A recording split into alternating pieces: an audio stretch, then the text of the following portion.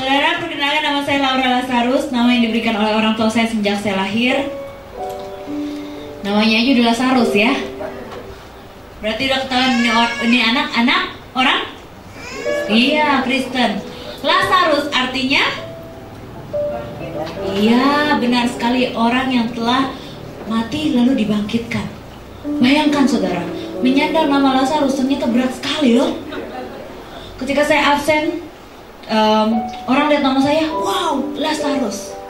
Tapi saya percaya saudara, bahwa rencana Tuhan untuk anak-anaknya bukanlah rancangan kecelakaan, tetapi rancangan damai sejahtera yang sudah Tuhan siapkan untukmu dan juga untuk kita semua. Kira-kira saya ingat sekali dari kecil saya kepingin sekali jadi pramugari. Dan di usia 17 dan 18 tahun Tuhan izinkan saya akhirnya bisa jadi pramugari, saudara. Meskipun saat itu, ya, saya ingat sekali hari itu dengan keangkuhan, dengan kesombongan setelah apa yang didoakan, saudara. Jadi, karena dari kecil Kristen ya, saya tahu, saudara, ketika dibilang kalau mau minta apa-apa, minta sama Tuhan. Nah, Tuhan berikan doa tersebut. Tuhan jawab doa tersebut. Kalau doa dijawab, senang nggak? Iyalah, senang banget. Saya juga dulu gitu, saudara. Nah, tapi apa yang terjadi ketika doa ini sudah dijawab oleh Tuhan? Masihkah kita mau tetap ingat sama Tuhan? Saya ingat sekali hari itu dengan keangkuhan, dengan kesombongan dan keegoisan yang saya hadapi. Hal itu nggak lama, saudara. Hanya 1,5 tahun aja saya terbang, saya mengalami kecelakaan 2 kali dengan pesawat yang sama. Kecelakaan pesawat sekali ngeri ya. Ini sampai 2 kali, saudara. 2 kali. Dan yang kedua itu sangat mengerikan. Kenapa? Karena sahabat yang duduk sebelah kanan saya meninggal seketika itu juga, dan keadaan kepalanya itu hancur, remuk. Kapten kami meninggal dan semua penumpang bisnis kami meninggal. Jadi total orang yang meninggal itu adalah orang-orang yang duduk di depan, di bagian depan. Sampai ke row 10, semuanya sekeliling saya, semuanya meninggal. Nah, saudara yang melihat tayangannya, inilah bagian dari rencana Tuhan. Bayangkan saudara, pada waktu kecelakaan tersebut terjadi, di dalamnya itu ada wartawan. Jadi tayangan yang akan saudara lihat sebentar, inilah tayangan yang diambil pada waktu kecelakaan tersebut terjadi. Terus terang, kalau sekarang, kalau disuruh pura-pura syuting seperti itu, saya nggak mau, saudara. Jadi nanti saudara akan lihat di mana badan saya itu diketemukan. Yang orang berpikir bahwa saya sudah meninggal, sudah tumpuk-tumpuk dengan mayat, saudara. Mau lihat videonya? Mau ya? Tim multimedia apakah bisa tolong? Ya, thank you.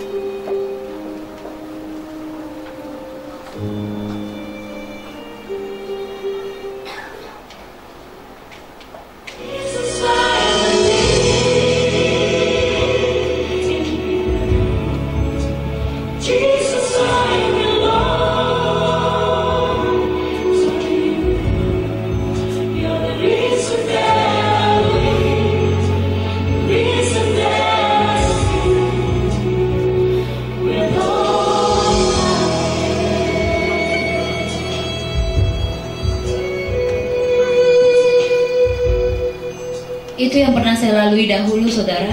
Bayangkan, dari apa yang pernah saya lalui, saya ingat sekali ketika tubuh saya hilang, dikabarkan kepada keluarga saya pukul 6 malam dan 6 sore, dan baru diketemukan sekitar pukul 12 malam.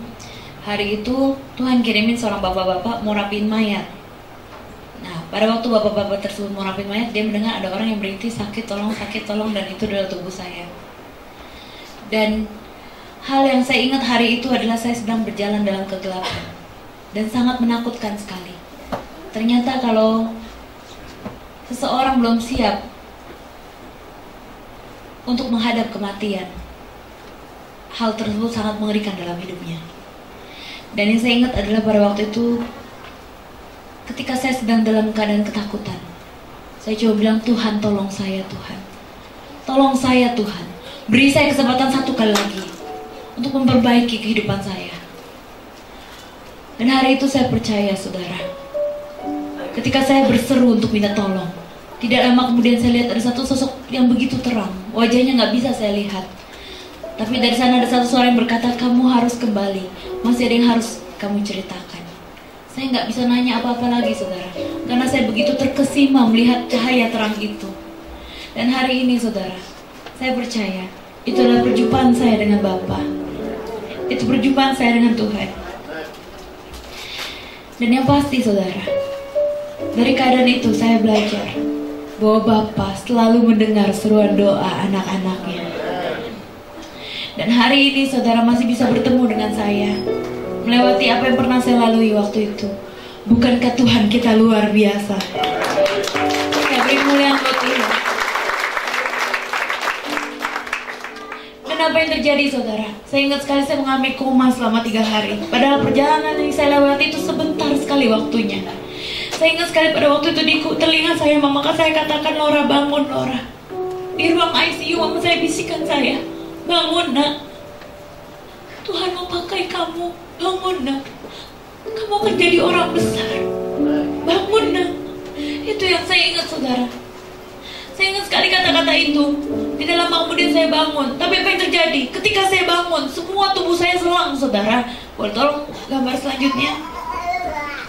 Semua tubuh saya selang, mulut saya selang. Mulut yang saya pakai biasa untuk melawan, tapi hari itu saya gak bisa bicara sama sekali, saudara. Hari itu yang saya rasa, apa yang mau jadi orang besar, sementara saya harus menghadapi operasi lepas operasi yang tidak tahu sampai kapan berhenti. Ini operasi wajah saya, saudara. Boleh gambar sebelumnya? Bayangkan, ini operasi kaki saya yang ke-12 kalinya. Tengah-tengahnya itu putih-putih, itu tulang kaki saya, saudara. Tulang kaki diretak dan dokter harus angkat, dibuang sepanjang 25 cm sejengkal, saudara. Dan apa yang terjadi? Dokter katakan harus tunggu orang yang mendonorkan tulang kaki baru saya bisa berjalan kembali. Ini gak enak sekali, ini perih sekali.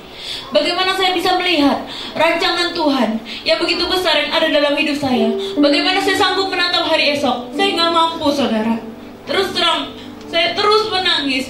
Tapi orang tua saya katakan, dalam setiap masalah apapun yang kau hadapi hari ini, tetap bilang Tuhan itu baik. Tetap bilang Tuhan itu baik.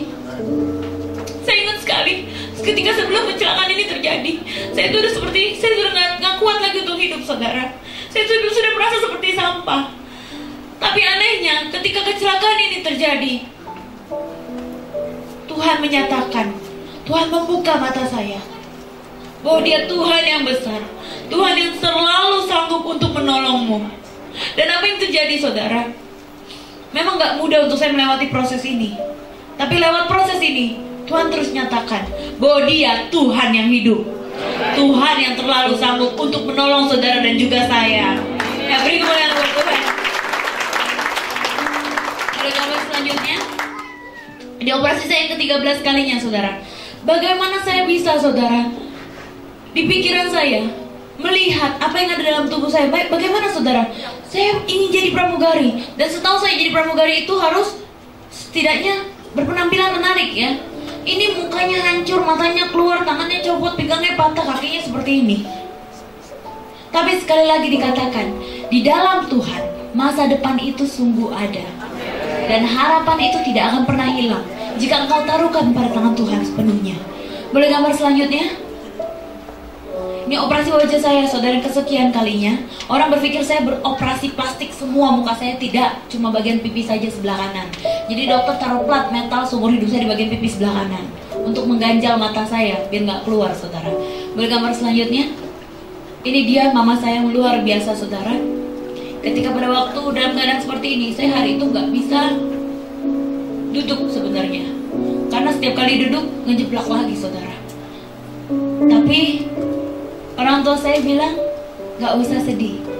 Tuhan sudah kasih lihat mama, suatu hari nanti kamu bisa berjalan normal tanpa alat bantuan apapun.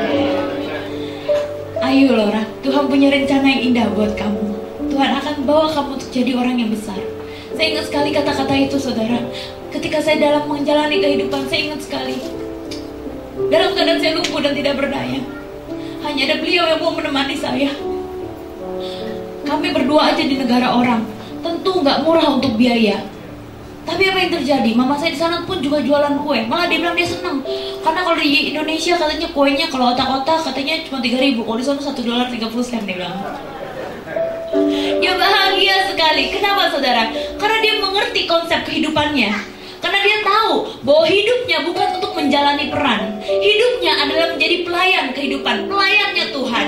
Jadi apapun yang terjadi dalam hidupnya, dia tidak sedih, saudara. Karena dia tahu Tuhan pasti tolong. Amin. Saudara bilang sama kanan kiri saudara, Tuhan pasti tolong. Jadi apa yang terjadi, saudara? Lewat apa yang dilakukan dalam hidupnya, saya melihat orang tua saya saja yang di bumi kok bisa seperti ini. Dia nggak lihat betapa nakal, betapa saya mengecewakan beliau. Tapi dia lihat, dia kasih lihat saya, dengan tulus dia merawat tubuh saya, membuat saya melihat, kok orang tua saya saja yang di bumi bisa ya kayak gini. Apalagi Bapak saya yang ada di surga. Apapun kesalahan saya, Tuhan sudah memaafkan saya. Dan apa yang terjadi, saudara? Saya ingat sekali satu hal. Ketika pada waktu saya ke kantor, ketika saya bisa berjalan, hari itu dengan hancur hati, saudara, terus terang, bukan hal yang gampang untuk saya bisa melewati ini. Di tahun 2007, saya terus menanyakan kepada kantor, pihak kantor, saya nanya, saya akan jadi apa selanjutnya. Tapi mereka selalu bilang, nanti dulu. Dan suatu ketika, orang yang punya perusahaan tersebut bilang, Laura, kalau kamu belum mendapat kepastian apa-apa, cari saya. Dan saya pikir itu bisa dijadikan sebagai satu hal yang membuat saya lebih, hati saya, oke, saya percaya gitu. Pada waktu saya datang ke kantor, saya ingat sekali, ternyata hal apa yang saya dapatkan, kekecewaan, saudara. Saya tidak mendapatkan kepastian. Di tahun 2007 itu gaji saya berhenti. Saya nggak tahu harus bagaimana dengan kehidupan saya. Saya pikir bisa dapat kepastian, tapi ternyata apa yang saya dapatkan? Waktu itu dia bilang, Laura, besok datang lagi ya. Untuk bisa sampai ke tempat itu, untuk bisa bertemu dengan orang itu, nggak gampang, saudara. Saya harus melewati begitu banyak security di bawah. Saya ingat sekali ketika pada waktu dikatakan seperti itu, dengan gemetar, saudara, saya cuma bertawa, saya cuma senyum. Iya, Pak. Saya masuk dalam lift. Di dalam lift itu, saudara, saya bilang, jangan nangis, Laura. Ingat kata mamamu. Mamamu bilang kamu akan jadi orang besar. Jangan nangis, Laura, jangan nangis. Karena di bawah ini banyak security. Tuhan bilang kamu akan jadi orang besar. Dan saya ingat sekali, saudara, ketika saya turun ke bawah, saya tahan air mata saya. Security bilang, sabar ya Mbak, besok. Dia nggak bilang besok, dia bilang sabar ya Mbak. Saya cuman, iya Mas, saya keluar. Dan di mobil saat itu saya teriak kencang sekali, Tuhan tolong saya. Saya nggak kuat lagi, Tuhan tolong saya. Mulai hari ini saya akan buktikan sepenuhnya hidupku hanya untuk Engkau. Dan Engkau akan buktikan bahwa Engkau Tuhan yang baik, Tuhan yang tidak akan pernah membiarkan anak-anaknya untuk jadi minta-minta. Saat itu, saudara, saya ambil keputusan untuk mengampuni orang yang saya rasa saya tidak lagi mau berharap dengan manusia. Sepenuhnya saya gantungkan hidup saya hanya kepada Tuhan. Dan apa yang terjadi? Tuhan buktikan bahwa anak Tuhan tidak ada yang minta-minta. Anak Tuhan bukan pengemis. Boleh gambar selanjutnya? Operasi saya yang selanjutnya, saudara. Ini operasi yang ke-15 kali. Boleh gambar selanjutnya? Yang ke-17 kalinya, pen dari dengkul sampai ke mata kaki. Boleh gambar selanjutnya? Ketika saya pulang ke Indonesia, saudara, sahabat-sahabat saya datang menyambut saya. Hari itu saya tahu saya tidak mungkin lagi jadi pramugari, apalagi juga dengan pihak kantor yang sudah seperti itu, saudara. kalau saudara dari seragamnya tahu ya ini pesawat apa ya. Takut nggak naik pesawatnya? Dan bayangkan saudara, hari itu ternyata Tuhan menyatakan, "Nak, kamu berhenti dari jadi pramugari manusia." Dari kecelakaan itu saya dipindahkan saudara untuk jadi pramugarinya Tuhan Yesus sendiri. Tetap terbang, tetap berkeliling untuk melayani Tuhan. Boleh gambar selanjutnya? Ini dia buku Unbroken Wings, sayap yang tidak terpatahkan. Bayangkan saudara, Tuhan itu luar biasa, amin. Ketika saya tidak mengerti apa yang harus saya lakukan, saya kembali bertanya kepada Tuhan, apa Tuhan yang kau mau dalam hidupku? Tuhan izinkan buku ini dituliskan di 2008. Dan bayangkan, di 2008 itu Tuhan, ketika buku terbit, nggak ada yang tahu nama saya siapa, saudara. Saya ingat sekali kemarin ketika saya ngomong sama Jason, "Son, ini dong Son, bikin album tuh yang satu lagi. Orang nggak ada yang tahu saya." Saya bilang gitu kan. Enggak, maksudnya Son, kamu untuk dikenal, no. Tapi Jason ngomong, "Laura, apalagi sih yang mau ini? Oh, semua orang udah tahu dulu," kata dia gitu kan. Tapi kembali lagi saudara, saya kalau saya lihat, saya nggak anggap orang itu maksudnya saya dikenal, no. Ini semua hanya karena Tuhan. Ini semua it's all about Jesus. Jadi saya nggak ngerasa tuh terkenal, saya bilang gitu kan. Nah terus udah gitu, dari Unbroken Wings ini Tuhan kirimin seorang bapak-bapak saudara, jalan-jalan ke toko buku, dan beliau lihat buku saya, dan tidak lama kemudian beliau undang saya dalam acaranya yang namanya Kick Andy. Tidak sampai 1 tahun buku ini laku puluhan ribu kopi, dan namanya saya dijajarkan. Ya ini semua hanya karena Tuhan. Ya beri kemuliaan buat Tuhan. Nama saya dijajarkan dalam penulis bestseller Indonesia. Boleh gambar selanjutnya? Tidak hanya itu saja, di tahun 2008 saya nggak bisa nulis buku terbit. Dan di tahun 2013 ketika retak lagi, ngalamin retak kaki lagi, Tuhan bimbing saya bukan hanya jadi penulis, tetapi membuka sendiri kantor penerbitan buku Growing Publishing. Untuk kisah yang tentang Growing Publishing ini akan nanti terbit di bulan Maret. Unbroken Spirit. Ini hanya karena Tuhan. Ini hanya untuk Tuhan. Makanya cerita hidup saya bisa jadi seperti ini, saudara. Saya menyadari bahwa hidup saya bukan menjalani peran, tetapi pelayan kehidupan. Ingat ada lagunya? Nah lo. Sebelah kiri buku Unbroken Wings, sebelah kanan ya akhirnya buku-buku selanjutnya boleh terbit, saudara. Ini semua hanya karena Tuhan. Kalau saudara bisa lihat, ini foto saya, saudara.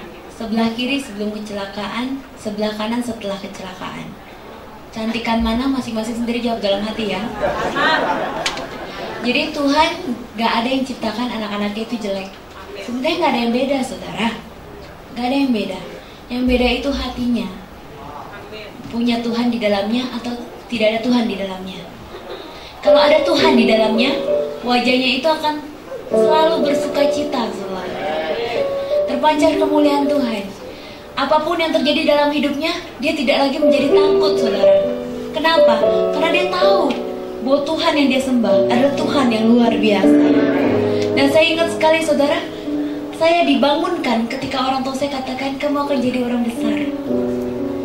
Dan apa yang dikatakan Tuhan kepada kita, kepada saudara, apa yang Tuhan katakan? Kamu adalah pemenang. Bahkan Tuhan katakan, kamu lebih daripada pemenang. Jadi untuk apa lagi takut? Untuk apa lagi kita kecil hati dengan apa yang kita hadapi hari ini? Kalau dari awal Tuhan sudah tentukan kita dari awal untuk jadi pemenang. Ayo, kita hapus air mata kita. Gagal, coba lagi. Jatuh, bangkit lagi. Karena kita punya Bapa yang luar biasa. Dan untuk yang terakhir, saudara, saya masih ingat sekali, saya berdoa sama Tuhan. Tuhan, ini saya harus menghadapi operasi yang selanjutnya, saudara, yang ke-18 kali selama 12 jam. Terus terang dalam keadaan seperti ini, dingin, sakit sekali kaki saya. Tapi kembali lagi saya sadari bahwa saya adalah pelayan kehidupan. Saya pelayannya Tuhan.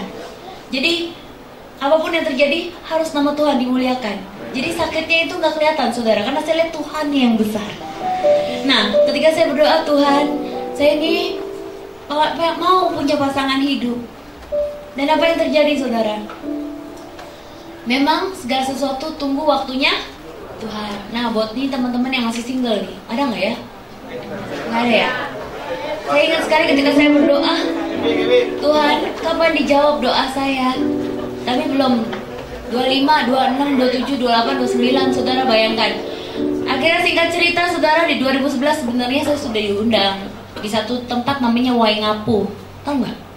Pokoknya NTT sono lagi naik pesawat kecil, saudara. Nah, saya baru bisa datang 2015. Pada waktu saya datang, saya pelayanan di sana. Tidak lama kemudian saya kembali ke Jakarta. Waduh, saya baru sadar sepatu saya ketinggalan. Singkat cerita, Tuhan kirimkan seorang pria membawakan sepatu saya, saudara.